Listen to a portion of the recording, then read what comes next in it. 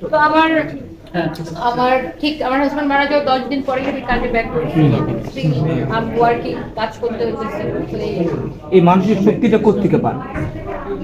ভাই সকালবেলা যখন সাপ্লায়ার ফোন দেয় বলে আপা আজকে পেমেন্ট দেওয়ার ডেট ছিল, পেমেন্টটা পাঠানো, তখন মানসিক শক্তি এমনি যে মনে করেন দুর্বলতা সব পালা ওরা অফিসে যাও লাইভ করো কাজ করো সাপ্লায়ারটা পেমেন্ট করো। এই যে একটা পরিশ্রমী নারী, আপনি এই পরিশ্রম করে নিজেকে এই অবস্থায় নিয়ে আসছেন, কিন্তু প্রশংসার জায়গায় বরাবরই আপনাকে দেখা যায় যে সোশ্যাল মিডিয়াতে কোনো না কোনো ভাবে আপনার খুঁত ধরার করার চেষ্টা করে। এই আমি একটু বলি ভাইয়া, আমার লাইফগুলো দেখবেন, মানে আমার পেজে যারা আছে না, মানে আমাকে কিন্তু 99% মানুষই অনেক সাপোর্ট করে, অনেক ভালোবাসে। আমি জানি না অনেক মানুষ এখানে যারা আপনাকে দেখছেন, আমার কাছে মনে হয় না যে আমাকে হেল্প করার মতো আমি কোনো কাজ করি। আমাকে সবাই ভালোই বাসে, বাট কিছু সব জায়গায় সবাই, ধরেন আপনারা এখানে যারা আছেন দেখবেন আপনাকে হয়তো এখানে সবাই ভালোবাসে, কেউ না কেউ আপনাকে হেল্প করবে। দেখেন, আর আমরা সোশ্যাল মিডিয়াতে কাজ করি, এখানে মানে সংখ্যাটা এত বেশি বড়, আর এখানে ধরেন সব শ্রেণীর মানুষ, সব ধরনের মানুষ ফেসবুকে অ্যাক্টিভ। ও আমরা না নিজের গন্ডির বাইরে ধরেন চিন্তা করি, ওরা বুঝে না বুঝে অনেকে কমেন্ট করে, আবার অনেকে আক্রমণ করে। আর আমার কাছে মনে হয় যে ধর্ম অবশ্যই আমরা এক একজন এক এক ধর্মের অনুসারী হয়তো, বা আমাদের দেশে বেশিরভাগই মুসলমান, আমরাও মুসলমান। আমি নিজে আমি থাকে না যে আসলে ধর্মের বিষয়টা নিয়ে না আমি ধরেন যে ক্যামেরার সামনে কথা বলা বা শো অফ করা, যেটা যে আমি উমরাতে গেছি, আমি নামাজ পড়তেছি, ছবি দাও, আমি দান করতেছি। আমার কাছে মানে আমি ডান হাতে যেটা দিব সেটা আমার বাম হাতে জানবে না। আমি নামাজ পড়ে ফেসবুকে ছবি দিব, সেলফিতে নিব, আমি ওই ধরনের মানুষই না। আমার কাছে মনে হয় ধর্ম জিনিসটা মানুষের মনের। তো নির্বোধ লোকেরা হচ্ছে ধর্মটাকে হাতিয়ার হিসেবে ব্যবহার করে অন্যজনকে আক্রমণ করার জন্য। ওইদিকে দেখেন সে নিজেই হয়তো নামাজ পড়ে, কিন্তু সে নির্বোধ লোকেরা অনেক সময় আমাকে আক্রমণ করে ধর্মীয় বিভিন্ন বিষয় নিয়ে, বিশেষ করে একটাই ইস্যু যেটা হচ্ছে পোশাক আশাককে অনেক সময় আক্রমণ করে। এখন দেখেন, পোশাক আশাক অবশ্যই মানুষের ব্যক্তিগত চয়েস। তারপরে আমি যে পোশাকগুলো পরি, যেমন এটাও আমি আমার কোম্পানির পোশাক, আমি কিন্তু আলাদা করে টাকা দিয়ে কাউকে আমি কি বলে যে নিয়ে আসি না। ওই যে যেটা হইলো, যেমন কোনো মডেল নিয়ে আসি না, কোনো ইনফ্লুয়েন্সার নিয়ে আসি না, কোনো ব্র্যান্ড প্রমোটার নিয়ে আসি না, কারণ এক্ষেত্রে আমার বিজনেসের কস্টিং অনেক বাইরে যায়। আমি অন্য কাউকে টাকা দিয়ে প্রোডাক্ট করাই না, আমার নিজের পোশাক আমি নিজে পরে প্রমোট করি। সো মানে সবকিছু আমার কি পার্ট অফ বিজনেস।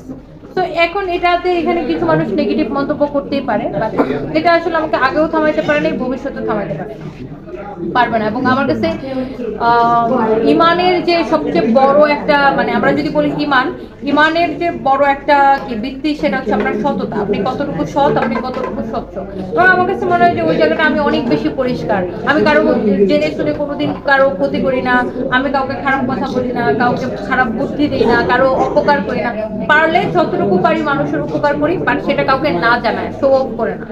আজকাল যেটা বিষয় হয়ে গেছে যে আপনি কাউকে কিছু দিচ্ছেন, কাউকে হেল্প করতেছেন, এটা সোশ্যাল মিডিয়াতে ছবি না দিলে মানুষ বিশ্বাস করবে না যেটা আপনি করতেছেন, বা মানুষকে বিশ্বাস করাইতে হবে না তুমি কিছু করতেছো না, আবার দিলেও বলবে তুমি শো অফ করতেছো। তো আমার কাছে মনে হয় যে আমরা যখন কাউকে কোনো হেল্প করি বা কোনো কিছু করি, সেটা আসলে আল্লাহকে সন্তুষ্ট করার জন্যই করতে হবে, এবং সেটা মানুষকে না জানাই করতে হবে।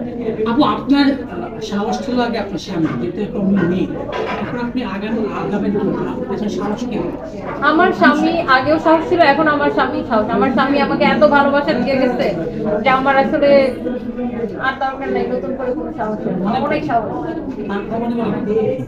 অবশ্যই মনে করে, আমি প্রতিদিন কবরস্থানে যাই তাকে দেখতে। আপু, অনেকে মনে করে যে আপনি বয়স্ক লোককে বিয়ে করেছেন কোটি কোটি টাকার মালিক হওয়ার জন্য। এখন কত টাকার মালিক হয়েছেন আপনি জানাবেন? এইটা যদি আপনি ইনভেস্টিগেট করে বের করতে, আমি না একদিন লাইভে বলছিলাম যে মনে বলছিলাম, যেটা যদি কেউ দেখেন বাংলাদেশে এত আপডেটেড সিস্টেম, এখন আপনি চাইলেই কারো সম্পর্কে তথ্য বের করতে পারেন। আমি আমার হাজবেন্ডের কোনো টাকা পয়সা নিয়েছি, এটা যদি কেউ প্রমাণ দেখাইতে পারে, আমি ফেসবুকে চেহারা দেখাবো, এরকম একটা আমার বক্তব্য হয়তো লিখছিল। আপনি বের করেন না আমি আমার হাজবেন্ডের থেকে কিছু নিচ্ছি কিনা বা কিছু পাইছি কিনা। সেদিন একটা লাইভ দেখলাম আপনার, সম্ভবত ভাইয়া নেই, সেই সুযোগে আপনার মনের অবস্থা ভালো না, অনেক একটা বিয়ের প্রস্তাব দিছে কেউ না কেউ, আপনি একটা মানুষ ওগুলা সারাদিনে দেয়, মিনিটে দেয়, সেকেন্ডে দেয়, ইনবক্সে দেয়, তোমার বিয়ে করতে চাই, ওগুলো আপু, আমি প্রশ্ন যাই, যে সেটা হচ্ছে যে যারা উদ্যোক্তা আপনারা হ্যাঁ, আপনারা আপনাদের প্রমোশনের জন্য একজন প্রমোটারকে মানুষ ব্যবহার করে। আপনি সেক্ষেত্রে কেন ভিন্ন পথে হাঁটে যে নিজে নিজে সব করতে চান বা তাদেরকে সুযোগ দিতে চান না, নাকি মনে হয় যে না আপনি তাদের চেয়ে বেটার পারেন? আমি অবশ্যই বেটার পারি। আরেকটা জিনিস হচ্ছে আমি টাকা দিয়ে মানুষ এনে তার ভাব কেন কিনে নিই, এটা আপনারা আই থিঙ্ক আমার থেকে বেটার জানেন। বিকজ কেউ আজকাল একটু সোশ্যাল মিডিয়াতে ভাইরাল হলে এমন ভাব মাই গড বড় শাহরুখ খান হয়ে গেছে সে, এবং সে সেম কাজটা যে উদ্যোক্তাদের সাথে করে। একজন উদ্যোক্তা তাকে পে করে নিয়ে গেছে, বাট তার ভাবের ঠেলায় মাটিতে পা পড়তেছে না। আমি একজনকে পে করে নিয়ে যাচ্ছি, মানে একজনকে আমি পে করতেছি, আমি তার টাকাও দিব আবার তার ভাবও দেখবো। ভাই এটা আমাকে দিয়ে হবে না। আর আমার কাছে মনে হয় দেখেন, এক সময় আমিও আমার বিজনেসের শুরুতে অনেক লাইভ প্রেজেন্টার দিয়ে অনেক লাইভ টাইপ করাইতাম, বাট যখন আমি এইগুলা করতে করতে অতিষ্ঠ, আমি দেখি যে একটা লাইভের জন্য আমাকে 1 ঘন্টার জন্য 40,000 টাকা পে করতে হয়, দিন শেষে আমার লস হয়, দিন শেষে আমার কিছুই থাকে না, তাহলে আমার তো এই পরিশ্রমটা বিফলে যেতেছে। এবং আবার কি উল্টো খারাপ ব্যবহার ভাব নিতে দেখতে হয়, খারাপ ব্যবহার নিতে হয়। তখন আমার কাছে মনে হয়েছে যেটা ভাই ওর মধ্যে কি আছে যেটা আমার মধ্যে নাই, ও যেটা পারতেছে সেটা আমি কেন পারতেছি না। একদিন ওর থেকে অনেক বেশি মানুষ আমাকে চিনবে, আমাকে দেখবে, আমাকে ভালোবাসবে। আমার মনে হয় ওই জায়গাটায় আমি সফল। আপনি নিজের এছাড়া অন্য কোথাও থেকে কি আপনাকে এরকম কোনো প্রপোজাল দেওয়া হ্যাঁ, হয়? অনেক প্রপোজাল আসে, বিভিন্ন ইন্টারন্যাশনাল কোম্পানি থেকেও আসে, ইন্ডিয়া থেকেও আসছে আমার জন্য প্রপোজাল। বাট আমি আবারও বলতে চাই, আমি কোনোদিন আমার আসলে টাকার লোভ নেই। আমি চাইলে এক্সট্রা এগুলো করে আরো 30-40 লাখ টাকা মাসে ইনকাম করতে পারতাম, মানে আমার ফেস ভ্যালুটা ইউজ করে প্রমোট করে। বাট আমি কোনোদিন কারোর কাছ থেকে 1 পয়সা নিয়েও কোনো প্রমোট করিনি, নেভার এভার। আমার যদি কাউকে ভালো লাগে, ধরেন আপনি যে আপু, আপনি আমার পরিচিত আপু একটু করতেন, আমি কারো ভালো লাগলে এমনিতেই প্রমোট করি। মানে কোনোদিন আমি কারোর কাছ থেকে 1 পয়সার বিনিময়ে প্রমোট করিনি, প্রশ্নই আসে না। আমি এই ট্যাগটা নিজের সাথে লাগাইতেই চাই না। অনেক সময় আলহামদুলিল্লাহ বাকি আছে। এই সময় মাঝখানে পরিবার বা আপনার কোনো পরিবার আছে এই তো বিয়ে করার, না, যাই হোক, ডাইরেক্ট প্রশ্নতে আসেন ভাই, বিয়ে করার। বললাম এটাই আর কি, বলেন একটু যদি। বিয়ে নিয়ে পরিকল্পনা কি বলি? এটাই তো বিয়ে নিয়ে পরিকল্পনা। পরিবার থেকে কোনো চাপ বা আপনার নিজের কোনো মতামত? আমি ভাবতেছি যদি ডোনাল্ড ট্রাম্প আমাকে বিয়ের প্রস্তাব পাঠায় তাহলে আমি একটু ভেবে দেখবো। এছাড়া আপাতত এর নিচে আর কারো ভাবতে পারবো না। একটু বলি, আপনারা ঘুরে ফিরে আমাকে একই কোয়েশ্চেন করতেছেন, বিয়ে কবে করবো, আপনার পরিকল্পনা কি? আপনারা সবাই স্পেসিফিকলি ওই একটাই ঘুরে ফিরে এই একটা কথাতে আসতেছে। তো আমি অনেকবার বলেছি, আমার মানে মন্তব্যটা ক্লিয়ার যে আমার বিয়ে করার কোনো দরকার নেই। বাংলাদেশে এরকম অনেক উদাহরণ আছে ভাইয়া, যে বাচ্চা পেটে রেখে, নতুন বিয়ে হয়েছে, বাচ্চা পেটে হাজবেন্ড মারা গেছে, ওই মহিলা বাচ্চা হওয়ার পরে বাচ্চাকে বড় করতে, জীবনে বিয়ে করে নাই।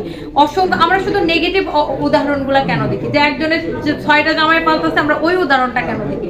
একজনের যে জামাই বাচ্চা পেটে রেখে মারা গেছে, মহিলা যে আর বিয়ে করে নাই, ওই বাচ্চাকে যে বের করে জন্ম দিয়ে তারপরে যে বাচ্চাকে যে মানুষ করতে, পজিটিভ উদাহরণগুলো কেন আমরা দেখি না? আমি পজিটিভিটিটা নিতে চাই, নেগেটিভ কিছু দেখলে আমি ব্লক করে দিই। সমাজ তো মেনে নেয় না আসলে। সমাজের আমার কি আছে? সমাজকে আমরা খাওয়াই না, পড়াই, আমার বাসার বিল দিয়ে দেয়, বাচ্চা স্কুলে বাচ্চা দেবে, কিচ্ছু করবে না সমাজ। আমি যেই সমাজে থাকি, আমি থাকি ভাই এই গুলশান বনানীতে, এই সমাজের মানুষের এত আজারের চিন্তা নেই। আজারের মানুষের আজারের চিন্তা, যারা আজারের সমাজের মানুষ তাদের আজারের চিন্তা, যারা কাজ করে তাদের আসলে আজারের চিন্তা। That's it, very simple. আমি কাজ করি, বাচ্চাদেরকে মানুষ করতে চাই, আমার হাজবেন্ড যেমন ভালো মানুষ, শুধু দোয়া করবেন আপনারা যেন আমার সন্তানগুলা ভালো মানুষ হিসেবে বড় হয়, এইটুকু জাস্ট দোয়া করবেন। আমার ভাই বোনগুলো যেন ভালো মানুষ হয়।